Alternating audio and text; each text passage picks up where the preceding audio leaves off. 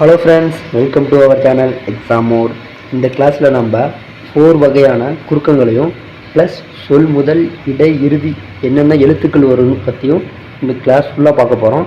இதெல்லாம் முடிச்சிட்டாலே previous class plus இதையும் முடிச்சிட்டாலே உங்களுக்கு பேசிக்கான எல்லாமே முடிஞ்சும். அடுத்து பிரித்தெழுதுகள் சேர்த்தெழுதுகளில் இது முக்கியமான பங்குலாம் வகிக்கும். அதனால் இந்த கிளாஸை ஸ்கிப் பண்ணாங்க முழுமையாக கவனித்து அதை அப்ளை பண்ணி பாருங்கள். வீடியோக்கான ஸ்பான்சர் யாருன்னு பார்த்தோம்னா ஸ்கூல் ஆஃப் பிஸ்னஸ் ஆர்கனைசேஷன் தான். இவங்க சில கம்பெனியோட டைப் வைத்து அவங்களுக்கு டிஜிட்டல் மார்க்கெட்டிங்காக சில கண்டென்ட் ப்ரொவைட் பண்ணுவாங்க.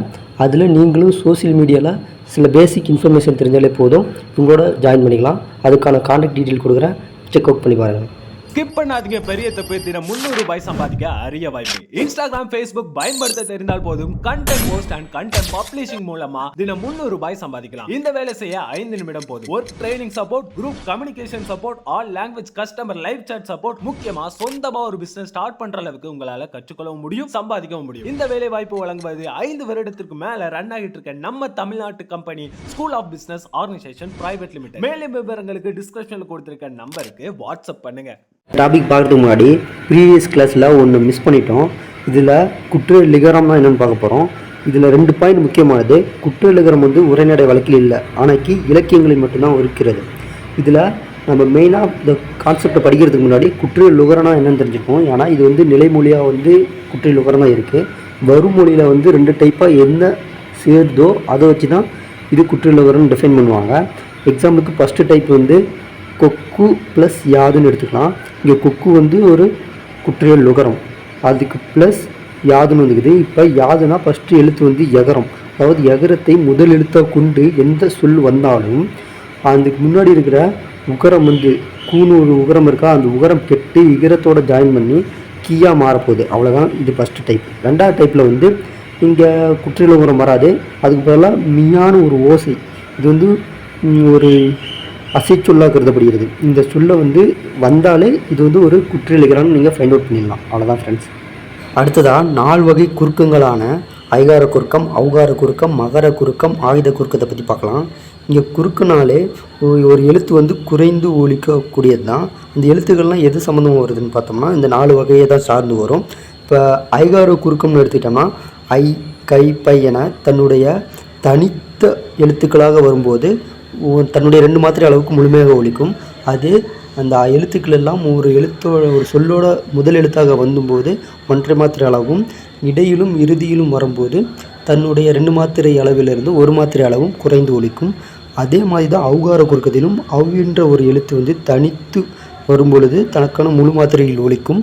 அதே சொல்லின் முதலில் வரும்போது 1.5 மாத்திரை அளவு தான், இடையிலும் இறுதியிலும் இது வர வாய்ப்பே இல்லை. அடுத்தது மகர குறுக்கம். மகர குறுக்குன்னு எடுத்துக்கிட்டோம்னா அது நார்மலாக வரும்போது அதுக்கான மாத்திரை அளவு முழுமையாக ஒலிக்கும், அரை மாத்திரை அளவு. பட் அந்த மகரத்தோட பகரம் பக்கத்தில் சேரும்போது அது தன் மாத்திரை அளவுலேருந்து குறைந்து 1/4 மாத்திரை அளவுக்கு ஒலிக்கும். எடுத்துக்காட்டு வலம் வந்தான்.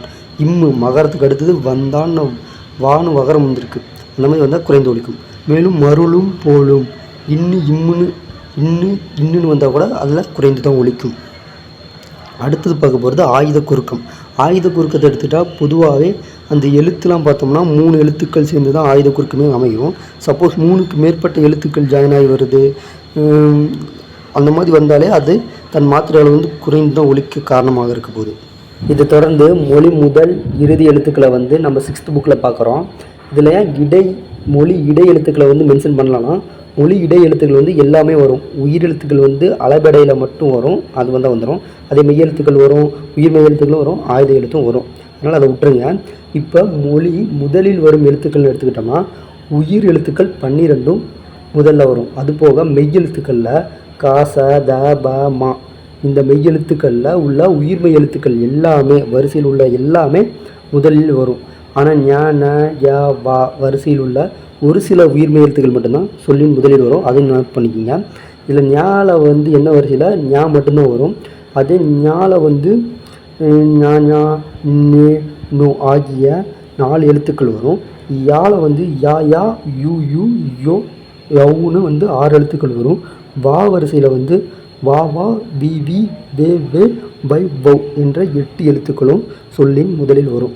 இப்போ இதில் இருக்கிறத அப்படியே ஆப்போசிட்டாக எதெல்லாம் மொழி முதலில் வராத எழுத்துக்கள்னு பார்த்தோம்னா மெய்யெழுத்துக்கள் 18 வராது.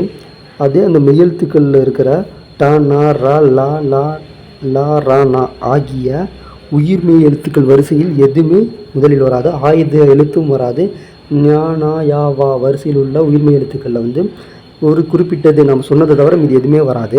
இப்போ மொழி இறுதி எழுத்துக்கள்னு எடுத்துக்கிட்டோம்னா உயிர் எழுத்துக்கள் 12மே என்ன பண்ணுவாங்கன்னா அளபடையில் மட்டும்தான் மொழி இடையிலும் இறுதியிலும் வரும்.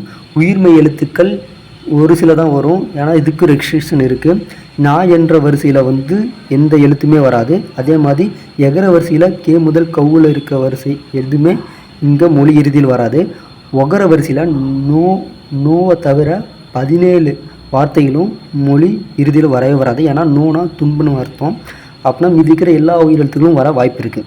தென் மெய்யெழுத்துக்கள் எடுத்துட்டோம்னா வல்லின எழுத்துக்கள், மெல்லின எழுத்துக்கள், இடையின எழுத்துக்கள் நம்ம படித்தோமா, அதில் இருக்கிற எரள வளல இடையின எழுத்தும் மெல்லின எழுத்து ஞ ந ந ம ந அல்ல ஞாவை தவிர நான் தான் சொன்னேன் ஞால இருக்க எந்த வரிசையும் வராதுன்னு, அது தவிர மீதி எல்லா எழுத்தும் மொழி இறுதியில் வரும். மொழி இறுதியில் வராத எழுத்துக்கள்னு எடுத்துக்கிட்டோம்னா ஆயுத எழுத்துக்கள் வராது. அல்ல கசட தபர என்று அழைக்கப்படும் வல்லின எழுத்துக்களும் வராது. மேலும் இங்கென்ற மெல்லின எழுத்தும் இங்கே வரவே வராது. ஓகே ஃப்ரெண்ட்ஸ், நெக்ஸ்ட் வீடியோவில் பேசிக்கான புணர்ச்சி பார்க்கலாம்.